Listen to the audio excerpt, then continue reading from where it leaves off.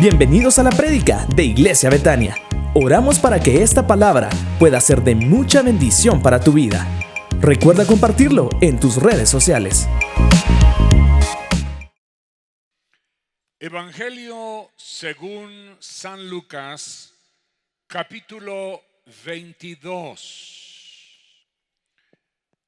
Antes de leer los versos del 7 en adelante, quiero hacerle una pregunta. ¿Cuánto tiempo hace que usted toma la Santa Cena? ¿Cuántos años hace que usted toma la Santa Cena? Yo me recuerdo que mi mamá me llevaba a la iglesia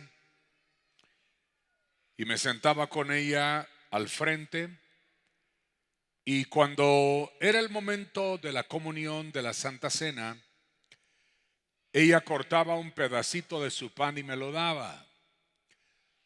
Probablemente para mí era una mera curiosidad de niño. Yo tenía unos 4, 5, 6 años de edad cuando mi madre hacía eso. Pero de alguna forma los padres, como hemos dicho, crean en sus hijos lo que crearon en ellos. Y cuando los hijos vienen a ser padres, entonces ya ellos crean en sus hijos lo que crearon en ellos, y esas bendiciones se van transfiriendo de generación a generación. Nosotros hemos observado por años que dentro de las actividades regulares de la iglesia, regularmente el servicio más concurrido es el servicio de Santa Cena. Pero por alguna razón que desconozco, y por eso hice la pregunta, hay personas que se reservan el derecho de no tomar la Santa Cena. Probablemente la razón del por qué hacen esto es porque piensan que son pecadores, o porque arrastran algún sentimiento de culpa y consideran que Dios los va a castigar si estas personas toman la Santa Cena indignamente. Cuando la Biblia habla de tomar la mesa o comer de la mesa del Señor indignamente, no está hablando de la dignidad de la persona, sino está hablando de la dignidad de los hechos. Por eso es que si alguien hizo un hecho o un acto pecaminoso, lo que usted puede hacer es confesar sus pecados y luego participar de la Santa Cena. Por supuesto, no lo haga si usted no ha pedido perdón por sus pecados. Pero nunca la opción de dejarse sin tomar o participar de la Santa Cena es buena. Porque la Santa Cena conlleva bendiciones importantes que están registradas en las Sagradas Escrituras, y de eso quiero hablar y compartir con ustedes el día de hoy. Vamos a aprender algunas cosas muy hermosas. Miremos entonces Lucas capítulo 22 y verso 7. Llegó el día de los ácimos, así le llamaban los hebreos, o panes sin levadura, en el cual era necesario sacrificar el cordero de la Pascua. Jesús envió a Pedro y a Juan y les dijo: preparad la Pascua para que la comamos. Recuerdan ustedes que la Pascua fue instaurada cuando ellos estaban saliendo de Egipto. Le preguntaron: ¿dónde quieres que la preparemos? Y luego dice en el verso 11: y decidle dónde está el aposento donde he de comer la Pascua con mis discípulos. Él os mostrará un gran aposento alto, y ha dispuesto, preparad allí. Y dice que hallaron como les había dicho, y prepararon la Pascua.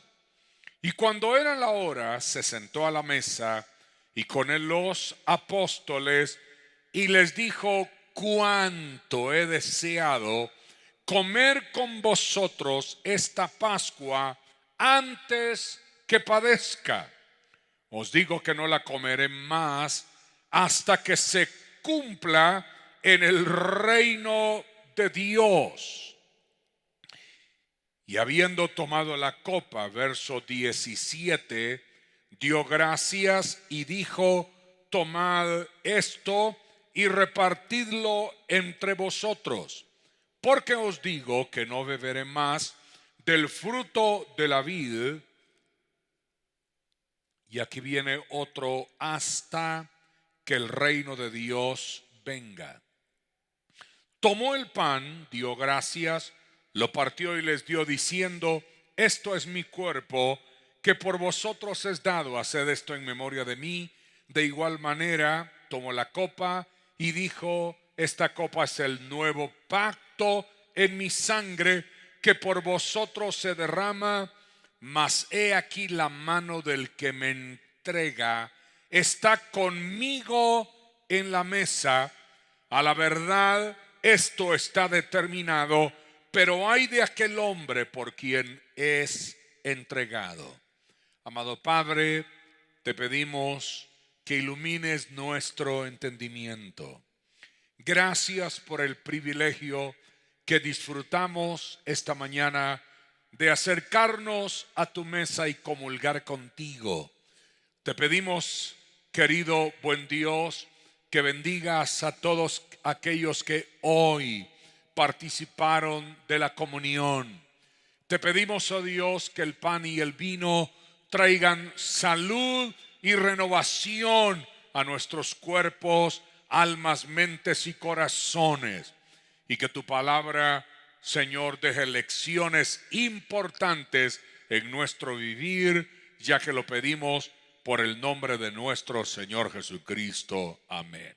Vamos a brindarle un aplauso a nuestro Dios con mucha alegría y con mucho entusiasmo. Y por favor, salude a su vecino y luego tenga la bondad de sentarse. Les voy a predicar aproximadamente una media hora. Y quiero comenzar con esto. Hay eventos o acontecimientos que deben ser propiciados porque promueven la armonía y las buenas relaciones.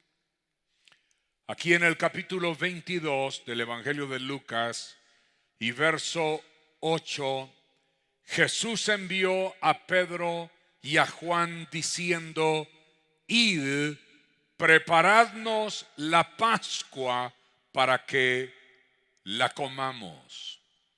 Entendemos que esta es la razón por la que se deben fomentar las tradiciones familiares como los cumpleaños o la Navidad.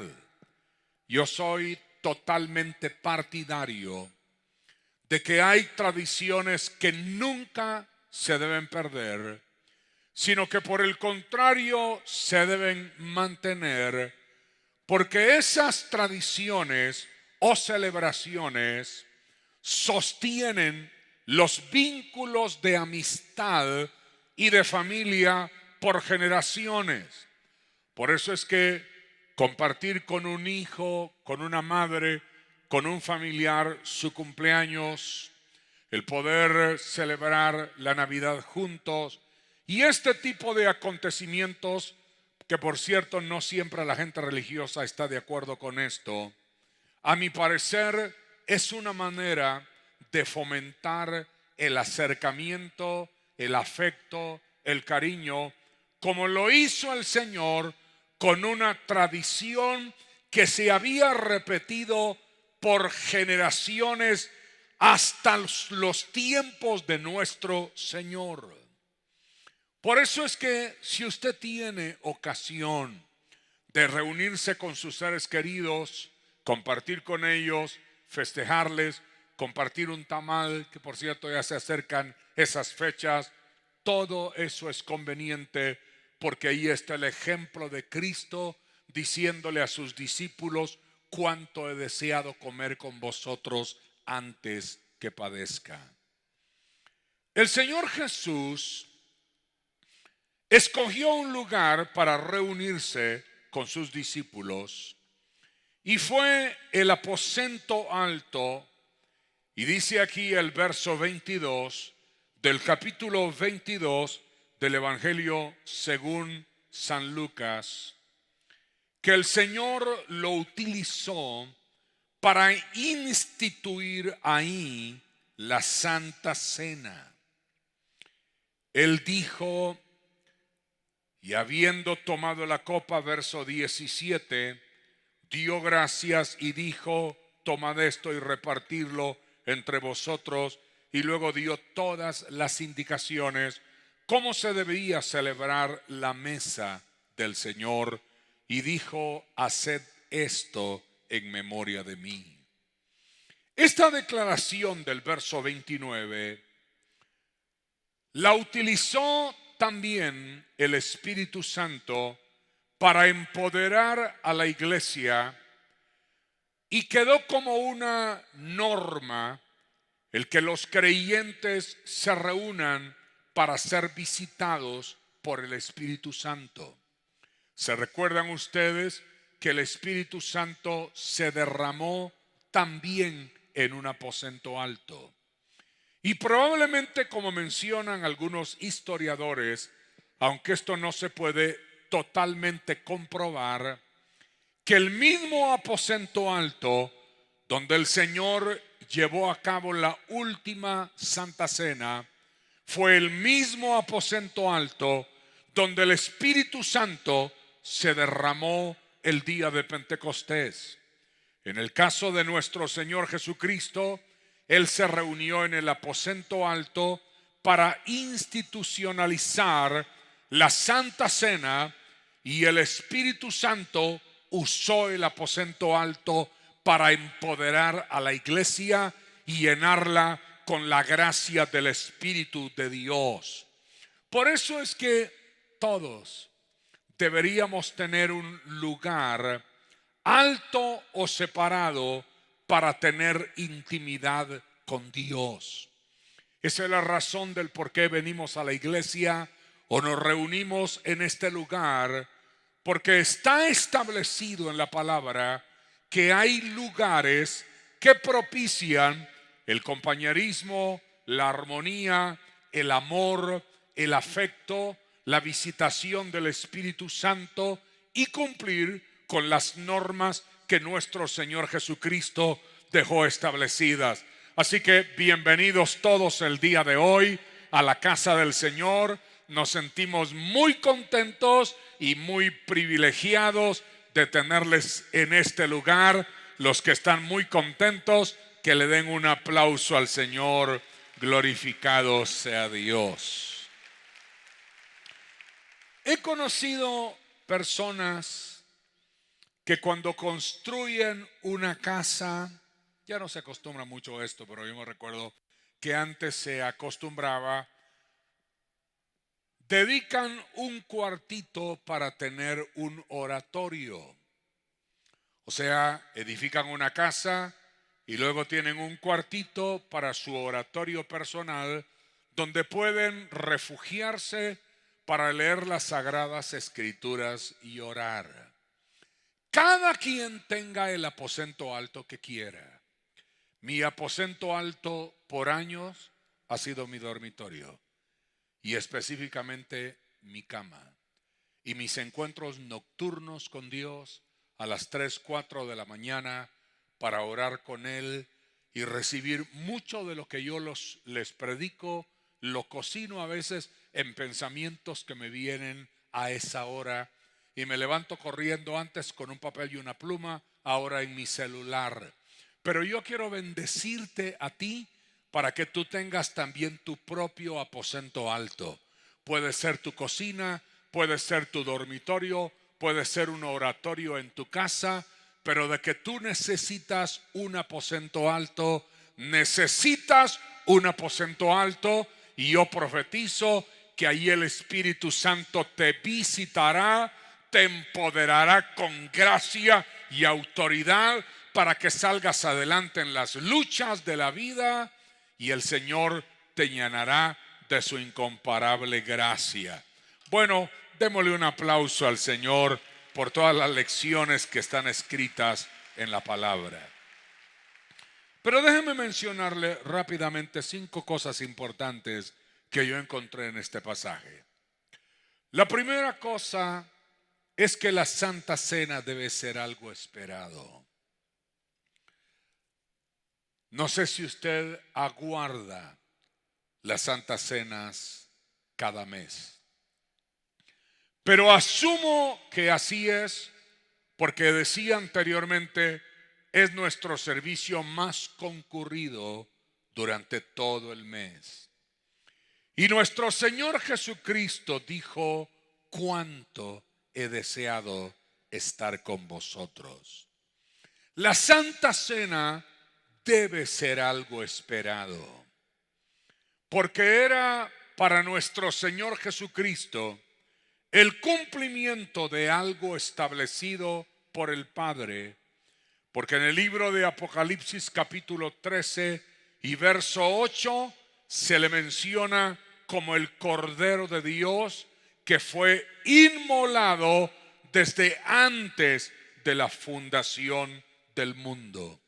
Entendemos que Cristo tenía que ser sacrificado conforme al propósito eterno de Dios para la humanidad.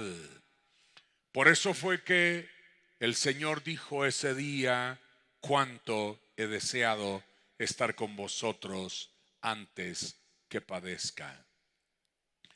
Verso 15 de Lucas 22. Déjeme explicarle una segunda cosa.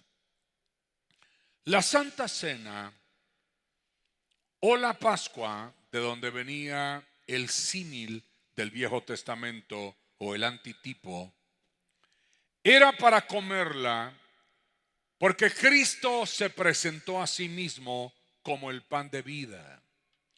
Por eso es que cada vez que nosotros venimos a la iglesia y comemos del pan y bebemos del vino, tenemos una identificación con Cristo al comer el pan y el vino, porque Él es el pan de vida y eso sirve para alimentar nuestro espíritu. En 1 Corintios capítulo 10 y verso 16, el apóstol Pablo dice estas palabras: la copa de bendición que bendecimos no es la comunión de la sangre de Cristo, y el pan que partimos no es la comunión del cuerpo de Cristo. O sea, cada vez que participamos de la Santa Cena es para nutrirnos del Señor y para alimentarnos de Él. Los cristianos no creemos en la transubstanciación, porque si la substancia de Cristo se trasladara literalmente al pan y al vino, entonces Cristo tendría que morir cada vez que se celebra la Santa Cena. Y la Biblia es muy explícita cuando dice que Él fue sacrificado una sola vez y para siempre por los pecados de muchos. Así que la Santa Cena no es una transubstanciación, pero sí es una representación real como espiritual, donde estamos participando en fe del cuerpo y de la sangre del Señor. Yo te declaro hoy una persona bendecida por haber venido a participar de la mesa del Señor en este día. Alguien que pueda celebrarlo con mucha alegría. Así que aquí hemos ya visto 2 cosas importantes. La primera la Santa Cena debe ser algo siempre esperado. Y lo segundo, la Santa Cena es para comerla porque crea una identificación con nuestro Salvador.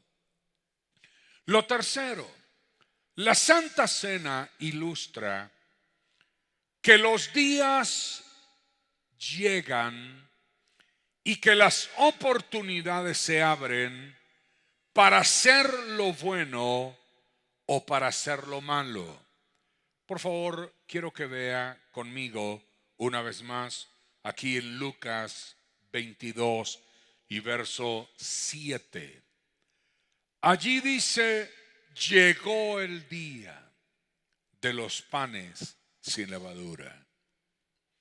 Luego en el verso 15 Jesús dice: cuánto he deseado comer con vosotros esta Pascua antes que padezca.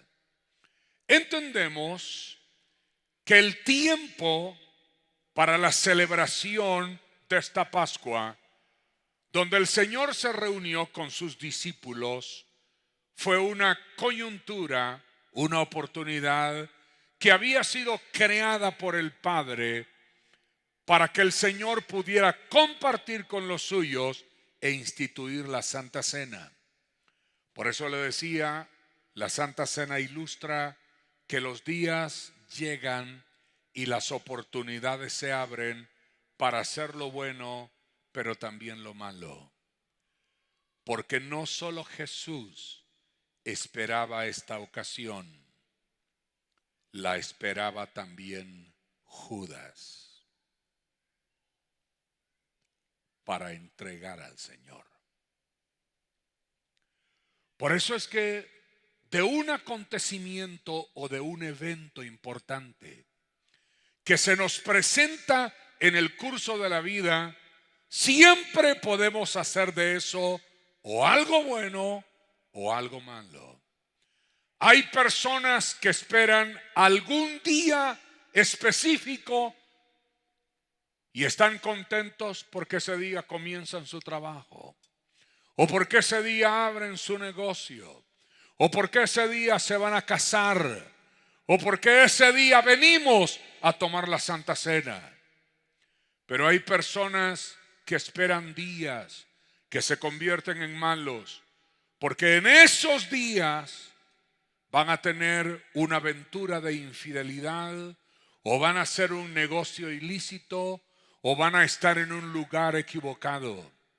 Usted determina lo que va a hacer con los días que llegarán a usted y las oportunidades que le presente la vida. Pero yo quiero declarar que en tu corazón habrá siempre bondad y justicia. Nunca faltarán los Judas traidores que aprovechen estos momentos para hacer las cosas indebidas y equivocadas, pero siempre habrán los Pedros y Juanes que prepararán los momentos importantes para llevar a cabo acontecimientos donde Dios será glorificado. Yo declaro que los mejores días de tu vida están por venir y van a ser días buenos y días muy bendecidos. Glorificado sea el nombre de nuestro Dios. Pero algo también muy bonito que observé en el pasaje es que cuando Jesús dijo: cuánto he deseado estar con vosotros. Levanten la mano todos los enamorados o enamoradas. Enamorados y enamoradas. ¿Ya se le pasó? Qué rápido se le pasó. Más vale que levante la mano, si no va a tener problemas, ¿verdad? ¿Dónde están los que todavía siguen enamorados de su pareja? Levante la mano y digan amén. Bueno, pero ¿se han fijado usted que los enamorados son así, ¿verdad? ¿Cuánto he deseado?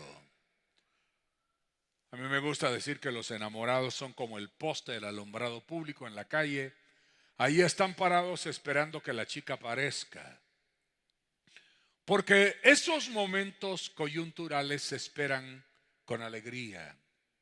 Y el Señor dijo estas palabras: porque no todo es dolor o tragedia. Y aunque le esperaba la cruz, y él dijo: cuánto he deseado estar con vosotros antes que padezca. Él disfrutó la reunión con sus discípulos porque no todo es dolor o tragedia. Para las personas que aquí han pasado días malos o temporadas difíciles, yo declaro y te bendigo, porque Dios te otorgará tiempos hermosos con la gente que amas. Alguien que lo crea y que celebre con alegría al Señor.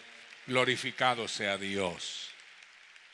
Si me pudieran asistir ya con el piano, voy a apreciarlo. Una cuarta lección que quiero dejar en su corazón es esta. La Santa Cena es como una advertencia, porque Satanás entró en Judas, pero antes ya había puesto en el corazón que lo entregase. Jesús dice aquí en Lucas capítulo 22 y verso 21: mas he aquí, la mano del que me entrega está conmigo en la mesa. Lucas 22, 21. Pero en el Evangelio de Juan, capítulo 13 y verso 2 dice: y cuando cenaban, como el diablo ya había puesto en el corazón de Judas Iscariote, hijo de Simón, que le entregase. Siempre hay un periodo de tiempo entre lo que se pone en el corazón y las acciones erróneas. Y durante todo ese periodo de tiempo, Judas tuvo la oportunidad para poder recapacitar sobre lo que él iba a hacer.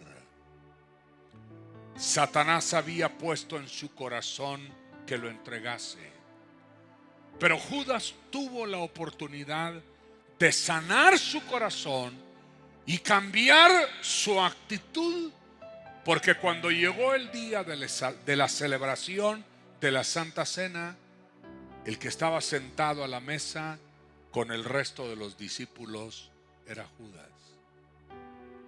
Y el Señor le dio la oportunidad hasta el último momento, porque a esa Santa Cena nadie entró, solo los discípulos y Judas. Por eso es que la Santa Cena es una advertencia. Es como decir: guárdate, cuídate, protégete. La Biblia no dice que ser tentado es pecado. Lo que la Biblia dice es que el pecado es ceder ante la tentación. El diablo puede tratar de mandar a tu corazón todo lo que quiera o todo lo que él pueda, si tú se lo permites. Pero la Santa Cena es un recordatorio de que todos podemos guardar nuestros corazones en integridad y en rectitud, porque los grandes privilegios no eximen a ser tentado. Por eso Pablo escribe en 1 Corintios 11, 22: examínese cada uno a sí mismo y coma del pan y beba de la copa, porque la Santa Cena define lo que somos. Lección número 1. La Santa Cena debe ser algo esperado. Lección número 2. La Santa Cena es para comerla porque nos identifica con Cristo. Número 3. La Santa Cena ilustra que los días llegan y las oportunidades se abren, pero que nosotros decidimos qué vamos a hacer con eso. 4. La Santa Cena es una advertencia donde debemos guardar nuestros corazones, especialmente si somos personas que queremos sentarnos a la mesa con Jesús. Y por último, pónganse de pie todos, por favor. La Santa Cena tiene una proyección profética. Mire para acá un momentito, le explico. De acuerdo a las palabras de Jesús, cuando el Señor regrese y su reino sea establecido en plenitud, la Santa Cena va a volver a celebrarse y van a participar de ella todos los que aman y esperan su venida. Por eso es que la Santa Cena es profética. El Señor dijo estas palabras: porque os digo que no beberé más del fruto de la vid hasta que el reino de Dios venga. Y luego dijo también: hasta que se cumpla en el reino de Dios. La Santa Cena entonces anticipa el establecimiento del reino de Dios en la tierra. La palabra griega pleró, de donde viene el término plenitud, significa cumpla o cumplimiento. Porque seguramente todavía falta algo que se tiene que completar. Sin embargo, en 1 Corintios capítulo 15 y verso 25, el apóstol San Pablo escribió unas palabras muy poderosas. Y allí dice: porque preciso es que Él reine hasta que haya puesto a todos sus enemigos debajo de sus pies. Hay un reino que establecemos nosotros y habrá otro que lo establecerá el Señor Jesús cuando Él regrese. Pero mientras el Señor regresa para establecer su reino, Dios te empodera y te faculta a través de la cena del Señor y a través de su Santo Espíritu para que tú establezcas su reino en el presente. Prediqué un tema hace unos días llamado el Evangelio del Reino. Pero voy a finalizar con un detalle último. En el Evangelio según San Marcos se hace un relato de este mismo evento, capítulo 14 del Evangelio según San Marcos. Y ahí en San Marcos, capítulo 14, se narra parte de lo que hoy estudiamos en el pasaje. Y las Sagradas Escrituras cuentan también la institución de la Cena del Señor. Si me pueden mandar a pantalla, Marcos 14, 25. Y ahí aparecen las palabras: de cierto os digo, que no beberé más del fruto de la vid hasta aquel día en que lo beba nuevo en el reino de Dios. Y el verso 26 dice: y cuando hubieron cantado el himno, salieron al monte de los olivos. Siempre me he preguntado, ¿cuál fue el himno que Jesús cantó? No lo sé. Pero durante la celebración de la semana de la Pascua, de los ácimos, que terminaba con el sacrificio del cordero desde que ellos salieron de Egipto, los hebreos cantaban durante toda esa semana el Salmo 113 hasta el Salmo 118. No sé si usted sabe esto, pero creo que lo sabe. Todos los salmos eran cantados. O sea, los salmos se cantaban. Cuando los hebreos iban a su peregrinación anual a Jerusalén, mientras iban de camino, los peregrinos cantaban los salmos del Salmo 113 al 118, y a ese salmo larguísimo le llamaban Jalel. Y la palabra Jalel significa la alabanza a Dios. Así que no sería de extrañar que el himno que Jesús cantó estaba en el Salmo 113, o en el 14, o en el 115, o en el 116, o en el 117, o en el 118, pero alguno de esos cantó con sus discípulos al terminar la Santa Cena. ¿Le gustaría cantar antes de irse? Danos una nota. Esto no estaba programado. Pon re mayor, por favor. Re mayor. Muy bien. Creo que ya se me olvidó cantar. Dame mi mejor, por favor. No, está muy alto. Recemos a re. Gracias, Cristo. ¿Alguien puede levantar sus manos y decir: gracias, Cristo? Gracias, Cristo.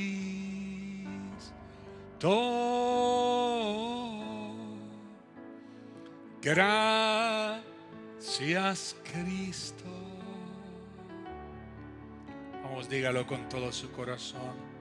Levantemos nuestras manos en señal de gratitud. Gracias, Cristo.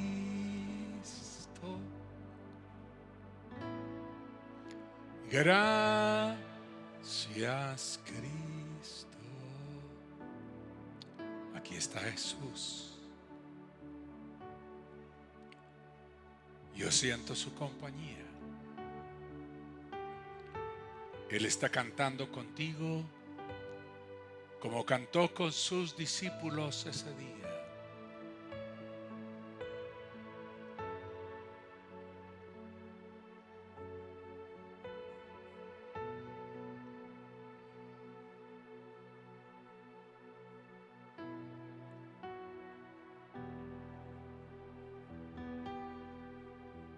Disfrute al Señor.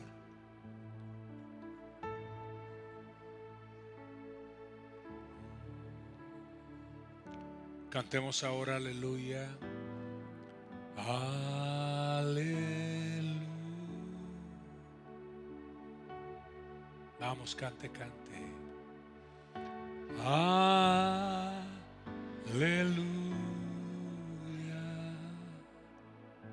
Una vez más. Aleluya.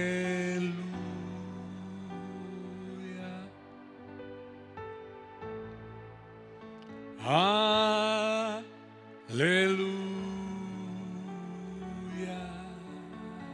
Levantemos nuestras manos. Levantemos nuestras manos en señal de gratitud. Aleluya. Aleluya.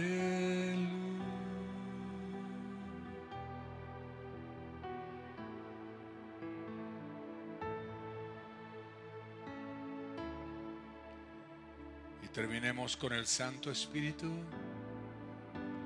Santo Espíritu.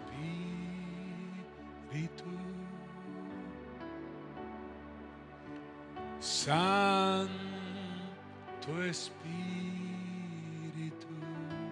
llena nuestros corazones. Llena nuestros corazones. Santo Espíritu.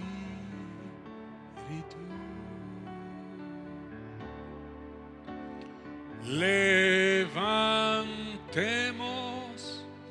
nuestras manos.